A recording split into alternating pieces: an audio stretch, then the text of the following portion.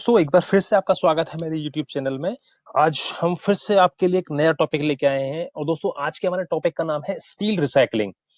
दोस्तों स्टील हमारे कंस्ट्रक्शन में बहुत ही मेजर रोल प्ले करता है। स्टील के बिना हम अपनी कोई भी बिल्डिंग हो, चाहे वो रेजिडेंशियल हो, चाहे वो कमर्शियल हो, चाहे वो हॉस्पिटल हो, स्टेडियम हो, इंफ्रास्ट्रक्चर हो या फिर इवनली हमारा घर ही क्यों ना हो, स्टील के बिना हम कोई भी काम कंप्लीट नहीं कर सकते हैं। ये बेसिकली काफी कॉस्टली मटेरियल होता है। दोस्तों मैं आपकी इन्फॉर्मेशन के लिए बता दूं कि अगर मैं बात करता हूँ एक रेजिडेंशियल बिल्डिंग की, एक मल्टी स्टोरी बिल्डिंग की, तो उसकी कॉस्टिंग का 35 से 40% हमारा स्टील और आरएमसी ही ले लेती है। फॉर एग्जाम्पल, अगर मेरी बिल्डिंग की कॉस्टिंग 100 करोड़ रुपए है, तो उसमें से 35 करोड़ का तो स्टील आरएमसी ही होगा और इसमें भी स्टील की वेटेज ज्यादा होती है। हालांकि ये जो परसेंटेज है 35-40%, ये ऊपर नीचे भी हो सकता है, बट मैं आपको एज एन एवरेज बता रहा हूँ कि इतने के आसपास होता है। दोस्तों ये बहुत ही कॉस्टली मटेरियल होता है, चीप नहीं होता और इसीलिए हमें इसका जो यूज है वो बहुत ही अच्छे तरीके से करना चाहिए, बहुत एफिशिएंट वे में करना चाहिए, जिससे कि हम मैक्सिमम से मैक्सिमम उसका आउटपुट ले सकें और मिनिमाइज कर सकें। तो दोस्तों अगर अभी तक आपने इस चैनल को सब्सक्राइब नहीं किया है तो सब्सक्राइब कीजिए, लाइक कीजिए, कमेंट्स कीजिए, क्योंकि इस चैनल में आपको बहुत ही अलग अलग वीडियोस मिलेंगे जो आपके नॉलेज इंप्रूव करने में सहायता सहायता करेंगे और आपकी ग्रोथ में काफी अच्छा रोल प्ले करेंगे। तो दोस्तों आइए हम अपना टॉपिक शुरू करते हैं, स्टील रिसाइकलिंग। तो दोस्तों स्टील, जब कोई भी गाड़ी हमारी साइड प्रेमिस के अंदर आ जाती है, तभी से हमारा जो स्टील की रिसाइकल एंड वेस्टेज कम करने का जो फंडा होता है तभी से शुरू हो जाता है। कैसे कि जब भी कोई ट्रॉली या ट्रॉला आपका साइड प्रेमिस के अंदर आता है, तो सबसे पहले हम उसे उसकी प्रॉपर अनलोडिंग करनी चाहिए। प्लेस ऑफ लोडिंग, हमें अनलोडिंग बहुत ही देखकर डिसाइड करना चाहिए, क्योंकि वो जहां भी हम अनलोड करें उसको, वहां से वो इजी टू ट्रांसफर होना चाहिए कटिंग एंड बेंडिंग मशीन के, क्योंकि हमारा ट्रांसफर कॉस्ट भी हमें बचानी है। वो भी टाइम कंज्यूमिंग होता है, तो वो भी हमें चीज कंट्रोल करनी है। तो जहां भाई हम उसे अनलोड करें, वहां के पास में ही कटिंग और बेंडिंग मशीन अवेलेबल होनी चाहिए। सबसे मेन इंपॉर्टेंट चीज दोस्तों ये है कि जब जब भी हम साइट पर स्टील को अनलोड कर रहे हैं, इस पर रखना है जो भी वेस्ट बैटन हमारे निकलते हैं। दूसरा, उसके लिए एक पीसीसी बेड तैयार कर सकते हैं स्टील को रखने के लिए, जो कि नॉर्मल जो एनजीएल है उससे कम से कम 4 से 5 इंच ऊंचाई पर हो। या फिर हम उसको जो हमारे एंगल्स होते हैं, चैनल्स होते हैं, उसके प्रॉपर हम एक उसे स्टॉक करने के लिए उसका स्टॉकिंग यार्ड बना सकते हैं वहां पर। उसके लिए स्टैंड्स तैयार कर सकते हैं एमएस चैनल और या फिर स्टील के, जिससे कि हम कांटेक्ट में नहीं रखना है, क्योंकि सॉइल के कांटेक्ट में रखते ही वो रस्टिंग करना शुरू हो जाता है। और अगर उसमें सॉइल रस्टिंग हो जाएगा तो वो हमारा आरएमसी के साथ में एक प्रॉपर जो बॉन्डिंग है वो नहीं बन पाएगी उसकी। तो दोस्तों जैसे कि मैंने नेक्स्ट फोटो में ये देख पा रहे हैं, इसमें देखिए हमने जो स्टील रखा हुआ है वो देखिए यहाँ नीचे ईंट रखी हुई है, इसके ऊपर हमारे स्क्रैप के बैटन्स हैं और इसके ऊपर हमने प्रॉपर जो 12 मीटर की हमारी लेंथ की सरिया आई है, हमने उसके ऊपर रखा हुआ है। दोस्तों अगर किसी कारणवश अगर आपकी साइट पर वो ऑन टाइम यूज नहीं हो पाती है और 10 से 12-15 दिन रखे हो जाते हो, तो उसमें जंगना स्टार्ट हो जाता है, क्योंकि हमारा जो हवा चलती है वो मॉइस्चर हवा होती है, उसमें उसकी वजह से जंगना शुरू हो जाता है। तो दोस्तों हमें वहां पर जो सीमेंट का घोला स्लरी डाल देना है उसके ऊपर। जैसे ही देखिए मैंने इस फोटो में आप देख पा रहे होंगे मैंने डाला हुआ है। तो इससे क्या होगा कि जो रस्ट होगा वो हमारा वहीं के वहीं रुक जाएगा, और जब हम इसको प्लेस करेंगे, यूज में लाएंगे और जब आरएमसी डालेंगे, तो इसकी प्रॉपर बॉन्डिंग बन जाएगी आरएमसी के साथ।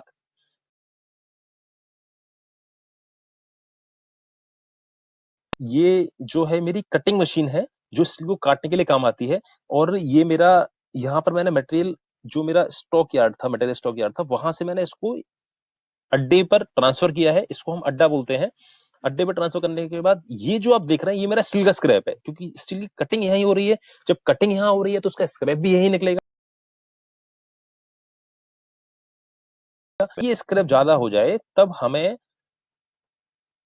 इसको अपने जो हमारा मेन स्क्रैप यार्ड है उस पर भेजना है। दूसरा मेन चीज याद रखने की चीज दोस्तों ये है कि हमें हर प्रोजेक्ट, अपने एक रेजिडेंशियल प्रोजेक्ट या कमर्शियल प्रोजेक्ट के पर्टिकुलर कुछ डिस्टेंसेस पर कुछ स्क्रैप के बिन्स बनाने चाहिए। जैसे ये आप देख रहे हैं इस तरीके ये है कि जो भी साइड प्रेमिसेस के अंदर छोटे-मोटे सरिया के टुकड़े पड़े हुए हैं, आप उसको इसके अंदर डाल सकते हैं, या फिर जो हमारे एमएस के नेल्स होते हैं, जो चोबे वगैरह होते हैं, कील होते हैं, बाइंडिंग वायर होता है, वो हम इसके अंदर डाल सकते हैं, जिससे कि क्या है, वो मिट्टी में दबते नहीं हैं और वो यूज होते रहते हैं। ये इन्फॉर्मेशन आप अपने लेबर, अपने स्टाफ को भी पास ऑन कर सकते हैं कि वो भी अगर कहीं से ट्रेवल कर रहे हैं प्रेमिसेस के साइड प्रेमिसेस के अंदर, तो वहां से उठा के जो भी कचरा है उसको, जो भी स्टील का स्क्रैप है उसको स्टील स्क्रैप बिन के अंदर डालें, जिससे कि वो यहां से उठ के हमारा जो मेन स्क्रैप यार्ड है वहां चला जाएगा और वहां सेल के लिए, स्क्रैप सेल के लिए चला जाता है। तो वो भी हमारी कॉस्ट है और उससे भी हम पैसे बचा सकते हैं प्रोजेक्ट के।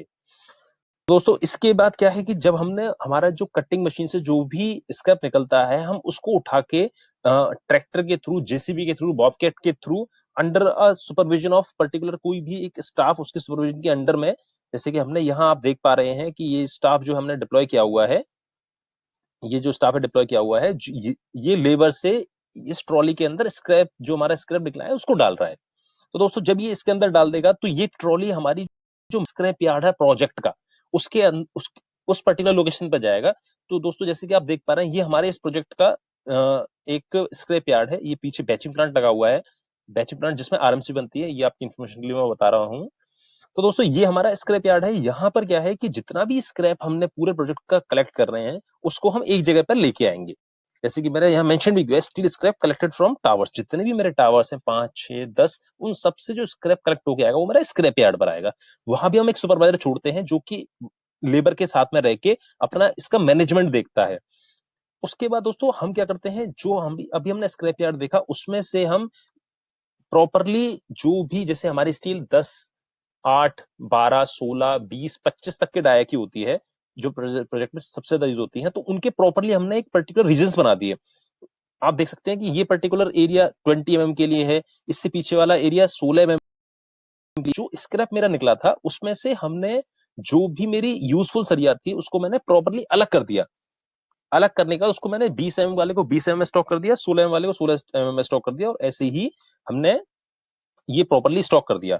अब हमें क्या है, इसमें से जो भी लेंथ हम यूज कर सकते हैं, जैसे इसमें बहुत सारी ऐसी लेंथ भी निकल जाती हैं जो हम आगे अपने प्रोजेक्ट में यूज कर सकते हैं, क्योंकि हमें स्क्रैप को मिनिमाइज करना है, स्टील को रिसाइकिल करना है, तो हमें मैक्सिमम से मैक्सिमम लेंथ की जो सरिया हमारी यूज हो सकती हैं, हमें उसको यूज में लेके आना है। तो दोस्तों अब हम उसको यूज में कैसे लेके आएंगे, ये हम आपको बताते हैं। तो जीपीडब्ल्यू, गैस प्रेशर वेल्डिंग, इसमें इस ये क्या होता है एग्जैक्टली ये मैं इसके लिए स्पेशली वीडियो बनाऊंगा बहुत जल्द आप लोगों के लिए, तो आप उस वीडियो को देख के समझेंगे कि जीपीडब्ल्यू होता क्या है। तो दोस्तों मैं आपको एक ब्रॉड आइडिया बता देता हूँ। इस जीपीडब्ल्यू हमारा स्टील, दो स्टील बार्स को वेल्ड जोड़ने के काम आता है बाय गैस प्रेशर वेल्डिंग। एक तरह की वेल्डिंग ही होती है ये, तो इन दोनों को जोड़ने के काम आता है। बाकी जो इसकी इंफॉर्मेशन है ये मैं आपको नेक्स्ट वीडियो पर स्पेशली इसके लिए बनाऊंगा, तो उसमें आपको जीपीडब्ल्यू से सिर्फ सरिया जुड़ जाता है। जो भी स्टैंडर्ड लेंथ होती है, जैसे हमारा 1 मीटर का सरिया है, या फिर 1200 का है, 800 का है, 25 mm का, तो ये हम इसको ज्वाइंट कर सकते हैं, और ज्वाइंट करने के बाद प्रॉपरली उसको हम अपने प्रोजेक्ट में यूज कर सकते हैं। जीपीडब्ल्यू का ये एक फायदा ये होता है कि जब ये वेल्ड हो जाता है तो उसकी स्ट्रेंथ पर कुछ भी फर्क नहीं पड़ता। तो जब अगर कोई सरिया जीपीडब्ल्यू से वेल्ड हुआ है तो इसकी स्ट्रेंथ उतनी ही रहेगी जितनी एक सीधी सरिया की नॉर्मल विदाउट वेल्ड की रहती है। दोस्तों ये जो जीपीडब्ल्यू है ये हम 16 mm से ऊपर के डायगे करते हैं, मैक्सिमम 16, 20, 25, 28, 32 mm तक के प्रेफर करते हैं। इससे नीचे डायज में हमारी जो कॉस्टिंग है वो ज्यादा पड़ जाती है जीपीडब्ल्यू की, तो इसीलिए हम उसको नहीं करते हैं। कि हमने जीपीडब्ल्यू करने के बाद एक प्रॉपर स्टैक और बनाया सरिया का, जहां पर स्टील, जैसे कि आप देख पा रहे हैं, स्टील स्टैक आफ्टर जीपीडब्ल्यू। तो जीपीडब्ल्यू होने के बाद हमने ये जो स्टील हमारे निकला है, जैसे ये मेरा 20 का है फॉर एग्जांपल, 25 का है, ये 16 का है या 28 का है, तो हमने उनको भी निकलने का प्रॉपरली स्टैक कर लिया। स्टैक करने के बाद क्या है कि हम इन सरियाओं को उठाकर हम अपने टावर्स में दोबारा भेज सकते हैं, अपने सरिया के ठेकेदार को दोबारा बोल सकते हैं कि वो यहाँ से जितनी भी सरिया निकलती हैं, ये जो पड़ी हुई है मेरी यूज में है, इनको अपने प्रोजेक्ट में यूज कर सकते हैं। जैसे हम कॉलम में यूज कर सकते हैं, बीम्स में यूज कर सकते हैं। तो ये भी हमारा बहुत बड़ी कॉस्ट सेविंग होती है। इस पर्टिकुलर वीडियो में मैंने आपको बताई सारी चीजें, क्योंकि स्टील की वेस्टेज हमें मिनिमम से मिनिमम करनी है प्रोजेक्ट में, तभी हम एक कॉस्ट सेविंग कर सकते हैं, कि काफी अच्छी कॉस्ट सेविंग कर सकते हैं। दोस्तों इसके बाद हम आते हैं स्काफोल्डिंग पर। स्काफोल्डिंग क्या, मैं आपको ब्रॉड छोटा सा आइडिया दूंगा कि स्काफोल्डिंग क्या होती है। स्काफोल्डिंग में हमें क्या क्या चीजें याद रखनी चाहिए लगाने के लिए। तो देखिए, before we place scaffolding at side for any tower we take care of following measures. हमें स्काफोल्डिंग लगाने से पहले कुछ चीजों का ध्यान रखना चाहिए। जैसे जैसे बेस शुड बी प्रॉपर, उसका जो बेस है स्काफोल्डिंग का ये प्रॉपर होना चाहिए, कि एंडुलेशंस पर नहीं होना चाहिए। अगर एंडुलेशंस पर होगा तो कहीं ना कहीं कभी ना कभी उसमें टूटने के चांसेस बहुत ज्यादा होंगे और गिरने के चांसेस भी ज्यादा हो जाते हैं। फिर there should be a proper alignment. जो हम स्काफोल्डिंग कर रहे हैं, अगर मैं ग्राउंड से 10 फ्लोर तक की स्काफोल्डिंग कर रहा हूं, तो उसका जो अलाइनमेंट है वो प्रॉपर होना चाहिए, क्योंकि अलाइनमेंट प्रॉपर नहीं होगा तो कहीं ना कहीं वो मिसमैच करेगी और उसमें गिरने के चांसेस भी काफी ज्यादा हो जाते हैं। दोस्तों तीसरा पॉइंट है सपोर्ट शुड बी प्रॉपर। जब स्काफोल्डिंग हम खड़ी कर रहे हैं तो उसके लिए हमें सपोर्ट देना बहुत है, और बहुत ही सटीक सपोर्ट देना चाहिए हमें, क्योंकि पूरी स्काफोल्डिंग एक सपोर्ट की बेस पर ही कहीं ना कहीं उसका बहुत बड़ा रोल होता है सपोर्ट का, वरना वो गिर भी सकती है। सपोर्ट ना होने के कारण वो फेलियर हो जाए, वो गिर सकती है। दोस्तों चौथा है ledger and joint pins are placed very carefully. तो जो लेजर्स हम लगाते हैं एमएस के, और जो जॉइंट्स पिन हम लगाते हैं, ये बहुत ही केयरफुली लगानी चाहिए, और कोई भी मिसप्लेस नहीं होनी चाहिए। जॉइंट पिन हर जगह लगी होनी चाहिए। अगर कहीं ना कहीं मिसप्लेस होगी तो वहां से वो पर्टिकुलर एरिया वीक हो जाएगा और उसके गिरने के चांसेस बहुत ज्यादा हो जाते हैं। तो दोस्तों जैसे कि आप देख पा रहे हैं, by cutting the scrap standard, ये हमारा, ये मैं एक और चीज आपको बताना जा रहा हूँ, कि ये जो हमारे स्टैंडर्ड जो साइड पर आप देख रहे हैं सामने, जो यूज में नहीं आते और खराब हो जाते हैं, तो हमने क्या किया, उनको बीच में से काट दिया। अब ये क्यों काटे, इससे क्या है कि उसका जो स्क्रैप निकलता है उसको भी हम यूज कर लेते हैं। कहाँ यूज करते हैं, ये नेक्स्ट में देखिए आप। अब इसके बाद जो हमने काटा उसको प्रॉपरली पेंट कर रहे हैं, जिससे कि उसकी लाइफ थोड़ी सी और बढ़ जाए। और रेड पेंट इसलिए कर रहे हैं कि वो हमें दूर से नजर में आ जाए कि वो है क्या एग्जैक्टली, हमने किस यूज में किया है। तो दोस्तों उसके बाद जैसे कि आप देख रहे हैं, ये मेरी स्काफोल्डिंग खड़ी हुई है, ये पूरा देख रहे हैं आप।